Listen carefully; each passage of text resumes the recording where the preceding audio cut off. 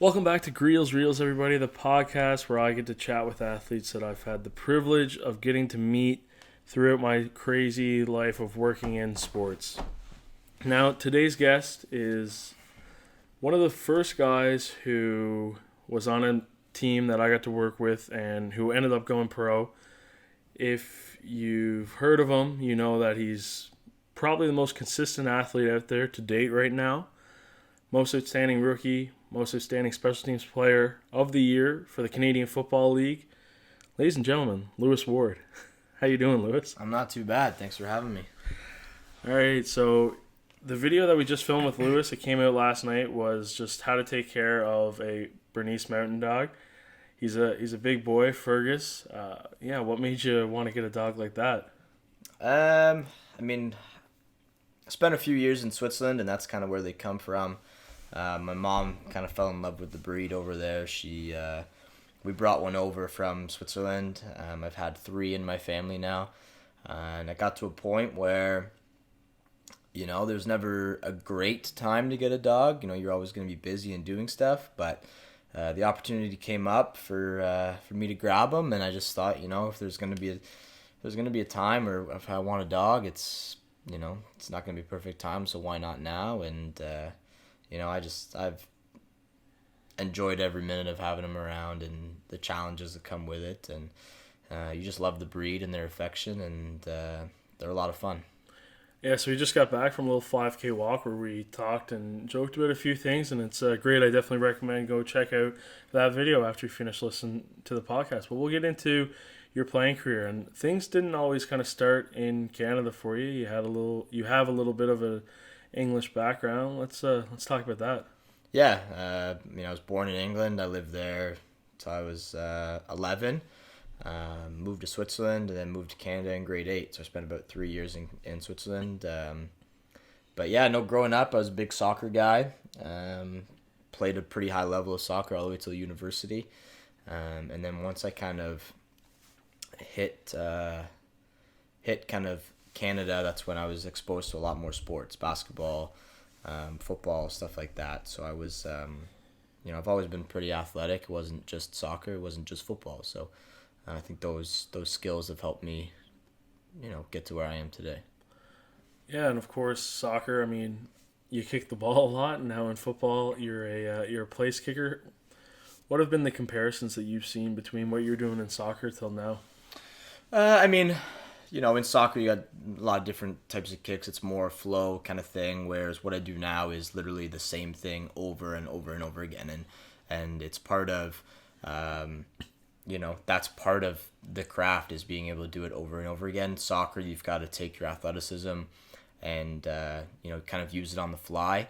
Now it's trying to continue to keep that athleticism, and not get too focused on one thing, but continue to use your athleticism to make sure you produce the same thing over and over again.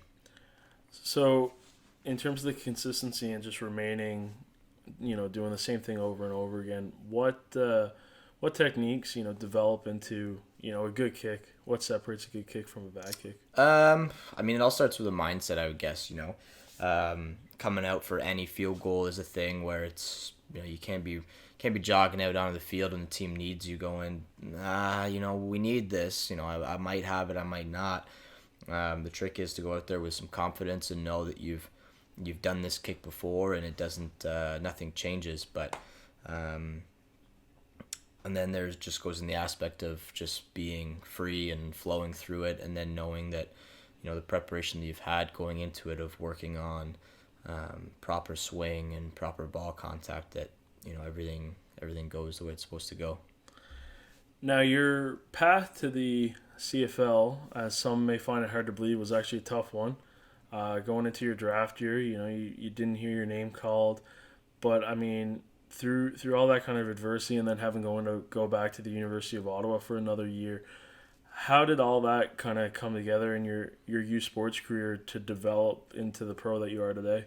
Yeah, it was obviously unfortunate, not being called up for the draft, and we had family and friends over at the house just in case something like that were to happen. I mean, there's quite a bit of interest leading up to the draft, so I thought that there was at least some opportunity. But not to say that teams didn't want to draft me. They said that, hey, we're interested in drafting you, but just the way sometimes the draft goes, it doesn't make sense for them, or a different opportunity comes up for them. So it was disappointing, but in the end, I'm kind of thankful that it went that way. I got to play another year at the University of Ottawa. I got another year to perfect my craft and get a better mindset.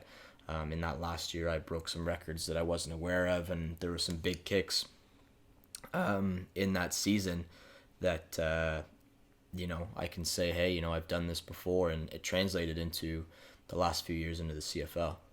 What do you think the big difference between, because I mean, if people look at kicking, they're just almost like, okay, you know what, it's the same thing from high school, university, and then the pros. Mm-hmm.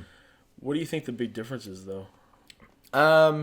I mean, it's your mindset. I mean, it's how, do you get caught up in everything that's going on around you? I mean, physically, you see videos on the internet of guys in high school, that are kicking 55, 60, 65-yard field goals. So the physical gift and the talent is there for many people. But that's pretty much half the battle. The other half is the mentality, and if you don't have the mentality that goes along with it, that needs to be part of this position, then unfortunately you can get caught up, and then once you kind of lose your confidence or whatever goes there, you can kind of go downhill.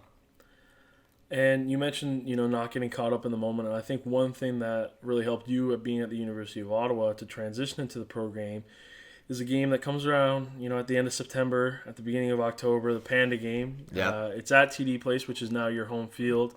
24,000 fans, 12,000 Ravens, 12,000 GGs. That's some big moments there. And you were called upon, for some big kicks in overtime and, to send games into overtime. How did that atmosphere help you prepare for what was to come at TD on a regular? Yeah, I mean, in my last year, I'd already had a couple of years playing in that stadium, in that game. But my last year, there's definitely a few kicks there that were needed. We were fortunate we got the ball back in some good field position. And I think we had a 45-yard field goal with no time left to take us to overtime. So moments like that when it's, whether it be there 12 people in the stands or there's 24,000 people in the stands, that moment kind of creates you as an athlete, and you kind of put that into the bank and say, I've done this before. But that kick, for the guys to be like, hey, we got an opportunity now. And even you hear guys like Ty Cranston, or when we play Montreal, Ty's in Montreal playing, or Jackson Bennett plays in Hamilton. I come out for field goals. They tell me at the end of the game, everyone, their bench is kind of chirping or saying something. And they said that themselves in the back of their head, they're like, guys, there's no point saying anything. It's gonna go in. But having that experience to grow and then transition that into the CFL is huge. I think that's probably one of the biggest university sporting events in the country. And to be a part of that. It's pretty special to be a part of. Now you just mentioned the trash talk and the chirping between teams sometimes, and I was thinking on my way over here, I'm like, how can kickers trash talk? Because it's almost like one of those positions where it's like, the goalie in hockey, it's like, it's almost guaranteed that you're kind of gonna get beat, so it's kind of hard to trash talk a forward, and then I mean it seems tough. Are you a big trash talker on the field? No, I'm not. Actually, I let Richie do that. Richie's the big. He's kind of like the bodyguard right there. He doesn't let anyone, disrespect me too much. He'll snap back at guys. But no, my way of doing it is, I've had guys, come onto the field. You're gonna miss this one. Your streak's gonna be over at some point. Like, you're not that good. You're getting lucky, and you hear it from everyone. And then after the game, they're like, what? I didn't mean it. I'm just trying to mess around, but. My way of going about it, you hear guys chirping at you or the whole bench is going at you, and, you go and hit that big field goal, or, that continues the streak or helps us win the game. And my big thing is I just walk by, or go about my normal business, but they might get a little cheesy smile every now and again that just says, hey, I like it. Keep trying to get in my head, but you won't get there. So, all right, we'll picture this now. We'll create a hypothetical. You got a 6'5", or 6. Well, let's say 6'5" is a little big. We'll go like 6'3", 6'4", defensive lineman, just massive dude, and he's giving you the gears. Mm-hmm. What's your comeback if you were to have one? I mean, it depends who they are. No, I don't get into that too much. I just give them a little smile and a head nod, and say, yeah, you can keep coming at me, but you can't get in my head. So Awesome. And so you mentioned Richie there, who was the punter for the Red Blacks and a good teammate of yours, and also your holder. And what I think a lot of people definitely don't recognize is the work of the specialists on that team and how you guys really do come together. And I mean, LP, your long snapper, and then Richie, your holder, and then obviously Dice, who's a special teams coach as well. But we'll start with Richie, and we'll talk about all the guys. And I think one thing that stands out to me about Richie is I've never seen somebody take holding so seriously before in my life. yeah, Just tell me about that relationship there. yeah. I mean, he embraces it. It's something. He always introduces himself. He's like, hey, I'm Richie. He's like, he doesn't say, hey, I'm Richie, I'm the punter. He's like, hey, I'm Richie, I'm Lewis's holder. So he jokes around about it, but it's great to have a guy like that embraces the role and understands that it's the little things in the game that makes the difference. Without LP's, basically perfect snapping. And we had Mike Benson come in, replace him for a couple games when needed, and Mike took it very seriously the same way, and he knew how important it was. But to have these guys that take little parts of the game so serious, it really impacts the production. It just makes life so much easier knowing you can trust someone, that we come in every day and we work on the little things, because ultimately people don't see the little things, but those are the most important aspects of the game.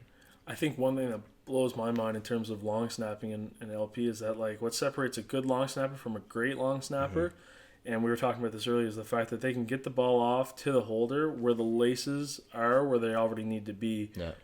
To have the best chance at getting a good kick, which is mind blowing. Which I think honestly the average fan probably doesn't even realize. No, and a lot of a lot of people don't realize that it's down to a science. We have, Coach Dice is out there with a stopwatch. We've got to be under a certain time, within a certain time frame. How many rotations of the ball once it leaves LP's hands to Richie catching it, to having the laces back, and then having the ball in the correct spot for me to kick it. And then, it's very dialed in, and, people are like, oh yeah, it's got to be a good snap. But when you really break down the details like that, I don't think a lot of people truly, really see and realize exactly the details that goes into it. And yeah, I think one thing that should be said right now is congratulations. You just signed a 1-year deal. You're back in Ottawa. And actually, what's great to see is that Richie, yourself, LP, and Dice all got contract extensions this offseason. How's it feel to be working with those guys now for another year? It's amazing. I was, those guys are the guys that have believed in me since day one, and Coach Dice has had my back, ever since I met him, and he's a great dude, great guy to have around. We can joke around on the sideline like we do, and we also take things very, very seriously and professionally when we need to, So it's a good relationship we have. It's not all business, and it's not all, too lax. It's serious when it needs to be, and we joke around when we can. And to have this group back together, hopefully this thing kind of rides on and on and on, and eventually, maybe we're put down as some of the most impactful players in the CFL at our positions, but that's not a thing now that we worry about. But having this group back, knowing that we'll come back again, we won't skip a beat, and get to see those guys back in in May, and we'll get to work. Now, season expectations. What are some personal? What are some team? I mean, we could start with, I guess we'll start with the personal ones, but, I think my first year definitely blew it out of the water, and, we could say last year was a bit of a slump, I mean, for my standard, that was a slump, 86%. I need to be in that, I would like to be in that 90 range, but there's situations, weather conditions, game situations that maybe put you in a position that's a little more difficult to succeed. But the goal is to be in that 90% range. I mean, to ask myself to go and do what I did again in my first year is difficult, but is that the expectation? Absolutely. That help us win football games, and if I'm going 86%, well, sometimes that's not gonna help us win football games.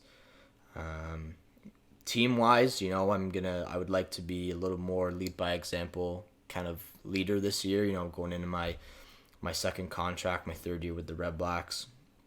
Hopefully, people can look up and be like, you know what, he's not gonna be a rah loud kind of guy, but hey, that's a guy that we can trust. That's a guy that we can lean on, and there's questions or whatever. We can go to Lewis and help us win football games essentially. And from a team aspect, I think the organization is putting players and coaches in the right position this year to be successful, and I'm excited. I'm excited to get it all started. I think last year was a big bump in the road, and it's a learning curve for everyone. But we can look at the success of the Red Blacks over the years that they've had, and that's really, besides the first year, is the only big bump in the road. So it'll be a learning curve, and it'll be exciting to get us back on track where we need to be, and go from there. Okay, and we've talked about the rookie season a little bit, and I mean, let's kind of dial in and focus in a little bit more on that, because I mean, that was a rookie year where, I mean, a lot of people probably just one of the best rookie years in pro sports probably. The success that you saw with the, games were 7 for 7, and ending it off with most outstanding rookie, most outstanding special teams player, getting to go to the Grey Cup. Mm-hmm. What was that first year like, and just that experience? I mean, I think it's something that not everyone gets to experience. I mean, the Grey Cup alone, not every player gets to experience. Fortunately, we lost that game, but to have that first year experience of, literally only missing in my first game, and then having a home playoff game, and then getting to fly out to Edmonton and play in a Grey Cup in my first year, like Richie would always say, he's like, man, you're spoiled. You're spoiled this year. It's not something that happens for everyone.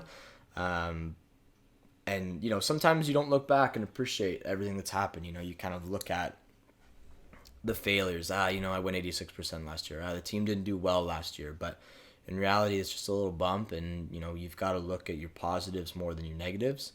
But just the whole year and getting the respect from the fans, and it's more proving yourself to the people around you, and getting to show them what you can do, and doing that over my last 2 years, especially in that first year, was an unbelievable experience. Yeah, and I mean, what were some of your favorite parts about the Grey Cup week? I mean, obviously, it's the CFL does a great job. I mean, the festival is always a lot of fun, and everybody seems to be having a good time. What was it like for you as a player? Yeah, it's a lot of fun. I mean, you get to go to the events, you see fans, and leading up to the week, it's just your normal week to week thing. The only thing is you're living out of a hotel room. You might not be sleeping in your own bed or making your own meals, but they take care of you and make sure you're protected, and that there's not too many distractions going on, and if you can limit your distractions, and like I said, and then when you get into the game, it's basically just a regular game. I was talking to Jackson Bennett the other day. Hey man, how was your Grey Cup experience? And you look at the Super Bowl, for example. A lot of guys say, leading up to it, it's a bit of nerves and stuff like that. But once kickoff starts, it gets going. All the extra celebrations are done, then it's really just another football game. Of course, Jackson and the Grey Cup got to see two groups of GGs back to back, which is always good, obviously for the town and for the school. I'm curious now though, with the off season that you've had, you've been a busy man. You've had some NFL tryouts, and what I think is cool in terms of for your experience and to look at is a lot of these kickers who go from CFL to NFL kicked in the NCAA and were Americans, so they're kind of used to the same kicking style. Yeah. Now with you, however, you played U Sports, so you've played the Canadian game all your life, so there are more differences than what people would think. So we'll start with who did you end up trying it with? So my first one, I went to Minnesota Vikings. Came home a couple days later. I flew out to Cincinnati. From Cincinnati, I flew to Atlanta. Came home for a couple days, and then I flew out to Indianapolis. Okay, and now what was the feedback from those teams? Like, what did they say that you could work on as a Canadian guy? Some things to work on. I mean, they would like to have seen more kickoff film, and that was kind of the feedback. They wanted to see some kickoff film and just see some more power on my kickoffs. It's something that I haven't really worked on too much over the last couple of years. It's something I did in university, but not so much the last couple of years in pro. A couple teams said they wanted to see a little more power just in general, but every team I went to really praised me on my personality, who I am. They didn't see me as another sometimes kickers get a bad rap for who they are, their mentality. They might be a little weird or whatever, but they said that my personality was a hit for them, and they think I was a good person to have around, and my consistency and my accuracy, they said, was unbelievable. Every team said the same thing, but the thing is with the NFL, if they're not quite sure or they have a little bit of concern, then it makes it hard. You walk around the facilities, you talk to people, they're almost kind of like on eggshells. They're very cautious on who they talk to and how they evaluate. It's very stern, it's very businesslike, which is how it goes. But the overall experience was good. Okay, yeah, so you mentioned the Indianapolis Colts, though, and you've actually got a little connection with that organization, believe it or not, as random and weird as it may sound. But, I mean, you broke a guy's pro football record who is a very solid, kicker. Yeah. People would say Adam Vinatieri, yeah, who is also was a great, I guess still is a great Indianapolis Colt. We'll see if he retires this offseason or if he comes back for another one. But what was it like to when you were on that streak of 69? Like what was life like? What was the mindset? And I mean, when there was milestones throughout where it was. It was a CFL rookie record. Then it was a CFL record. Then it was a pro football record. And then it was just like building. Stop. Yeah, no, exactly. But yeah, I mean, going off from the very beginning, I was close to, I was close to the rookie record. And I was asked, hey, do you know what the rookie record is? I was like, honestly, I have no idea. He's like, hey, do you know what this is? And I was like, well, I know. Rene has the most consecutive field goals in CFL. He's one of the great kickers of the CFL. And then just kind of got closer and closer, beat the rookie record, and then, went on to the CFL record and stuff like that. So, but at that point, I mean, like I said, I think one of the differences between this year and last year's season and the year before is I like the pressure. I like that, hey, this kick counts, and not to say that, I'm a professional, going into a game and being down a chunk of points that the field goal doesn't count, because of course it does. But those impacted, I think, myself this year and something to learn on. But I like to have that pressure. So when we were going through in that first year and the numbers just kept adding and adding and adding, it was more like, hey, we've got to push. We got to push for the playoffs. I got to help my team win football games. Hey, we're in a playoff game. We got to get to the Grey Cup. I got to do what I can to help us win. And then, and then in the Grey Cup was, hey, we're here now. We got to, and then, started last season, same thing, all the points matter. So the pressure of having that, I think, helps me thrive. Throughout, once you broke the pro football record, you did get a lot of nods from a lot of people. And one thing that made me laugh was I was in the stadium when it happened, and after you hit the field goal, we'll talk about that field goal for a second, but the TD Place Arena had a sign, Lewis Ward, most field goals in the history of the universe. Do you think there are any aliens on Mars though that are maybe holding a record of 70, 72 for most consecutive field goals? I mean, maybe, but what is it? They got lower gravity out there, so the ball travels a little more, so it's a little easier out there. So who knows? Maybe we can't compare. I don't know. But yeah, that kick was something else. I mean, to say that the coaching staff was maybe trying to milk it so you could get there, and only sending you out for stuff that was inside 40 was definitely a lie, because or a stretch anyway, because the field goal to get that record was 52 yards. Yep. Yeah. And it was definitely a big moment against the Hamilton Tiger Cats. But what's going through your head as you're walking out there? Not much. I mean, that kick specifically was needed. As in Hamilton, toe to toe throughout the whole game, throughout the whole season. We're fighting for home playoffs here. We're fighting for that number 1 spot. So that any kick like that, you hope in a way it kind of deflates the other team. Like they keep fighting, and we keep fighting, and then it's like, they just hit that kick, and it's like, it hopefully it deflates them a little bit, and it fires our guys up to be like, hey, let's go. One thing too, though, when you finally got that record, you've seen a lot of people reach out, and some bigger names too. You got a little shout out from Pat McAfee, praising you on your consistency, but also did take a shot that Vinny is still his guy. Yeah. But how did it feel to to hear from guys like that? Who, I mean, Pat McAfee was a fantastic kicker as well. Yeah, man, that guy's funny. You follow him on social media. That guy's a funny guy, and he brings up some good points too when he talks. And having a shout out like that mid-season. I think we're actually in Burlington, staying over to play Hamilton the next day, and that's when I saw that tweet. That was I was like, hey Richie, check it out, and we got fired up. But yeah, he had a great point there, respect for the consistency, and but it is tough to compare two leagues that are a little different. I mean, kicking is kicking. It is probably between the two sports, it's very, very similar.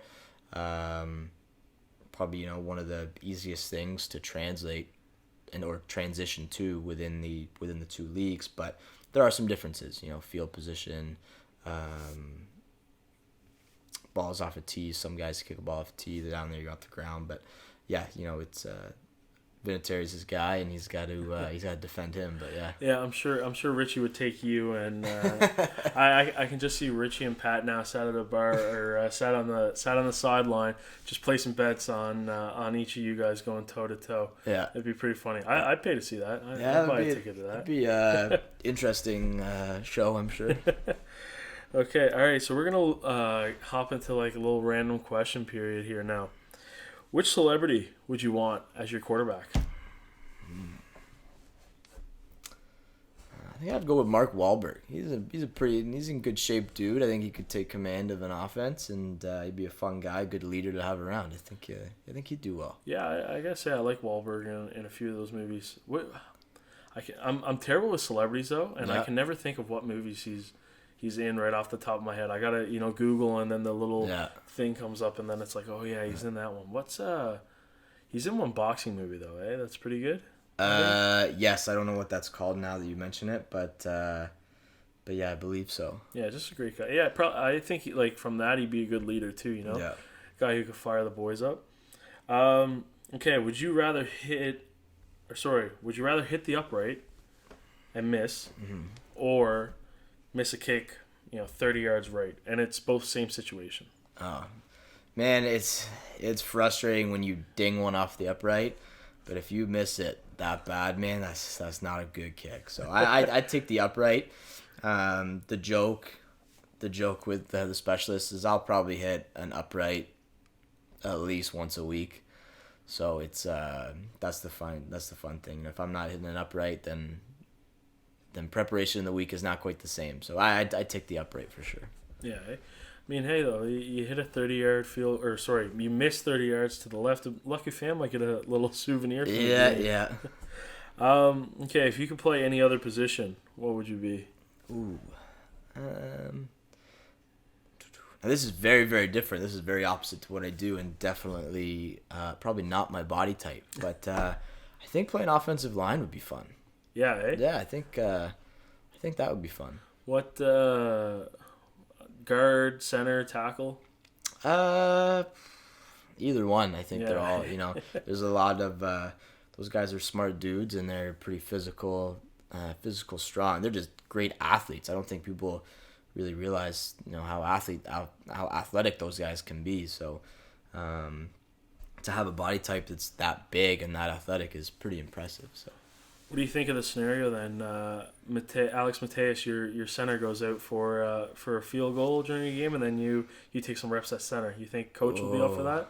I don't know. I don't know how that would work. I don't know how well that would work. Alex might go for it, but I don't know how that would work. I can see. I give Alex some credit. I think he could. He's an athlete. He can Yeah. actually. Yeah, if we were to switch positions, I think he would do a better job at kicking than I would at center for sure.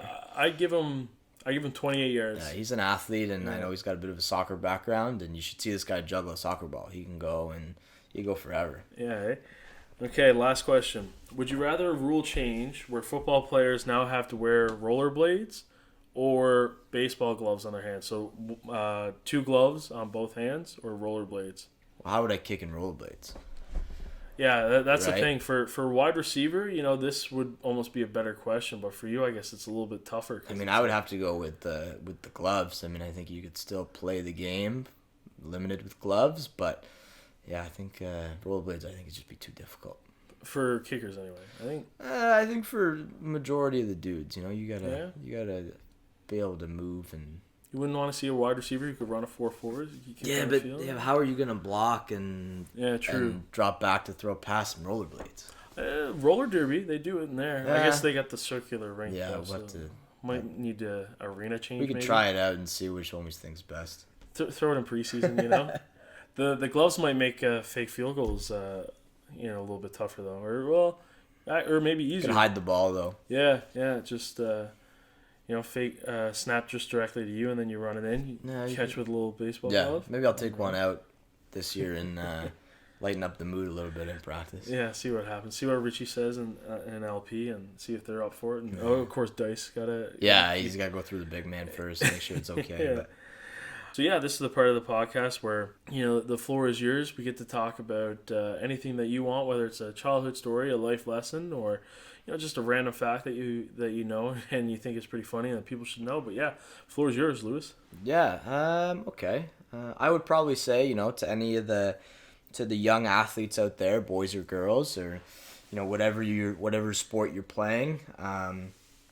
A little bit of advice, I would say, and a little bit of experience. I was limited. I mean, obviously, life has worked out how it's worked out, and that's how it was supposed to be. But I was limited with my university options because of my high school grades. I really try and preach to guys or girls. You might have an opportunity to play university sports. However, if you don't get your grades, that opportunity can slip away very, very quickly. I mean, we've seen guys come into university. I'm not sure other sports, but just speaking from personally with football, you see great athletes come in that could have a very, very positive future, and they can no longer play because of their academics. I would say, to all the young guys, before high school or in their early years of high school, get your grades. Get your grades. Don't limit yourself. I limited myself, but I had opportunities and I took those opportunities. But get your grades, be able to play the sports you want. And then when I say that, get your grades and play all the sports. Don't just focus on one sport. Play all the sports. Growing up, started playing soccer. I was one of the best goalies around. Played basketball. Started point guard, shooting guard. Playing rugby. Started fly half. Pretty much commanded the team. And then in football, I played returner in high school. Played returner, offense, and special teams. So I would say don't limit yourself. Really, really don't limit yourself in all aspects of sports and education as well. It's very underrated how that can limit you. So if you focus on that, I believe everyone can get the opportunities in front of them, and then you just make your most of the opportunities that present themselves. All right, you heard it here first. If you have an exam tomorrow and you're listening to this, go study. Get the grades up. All right, Lewis, thanks so much for joining me. This has been a great episode. Make sure to check out the YouTube video as well. Fergus is a great dog, and we had a lot of fun on the walk. And it's a good video if you're a dog lover or just kind of curious about what it would be like to own a dog like that. But guys, make sure you go check Lewis out. And yeah, this has been another episode of Greels Reels. In the meantime, stay best kind.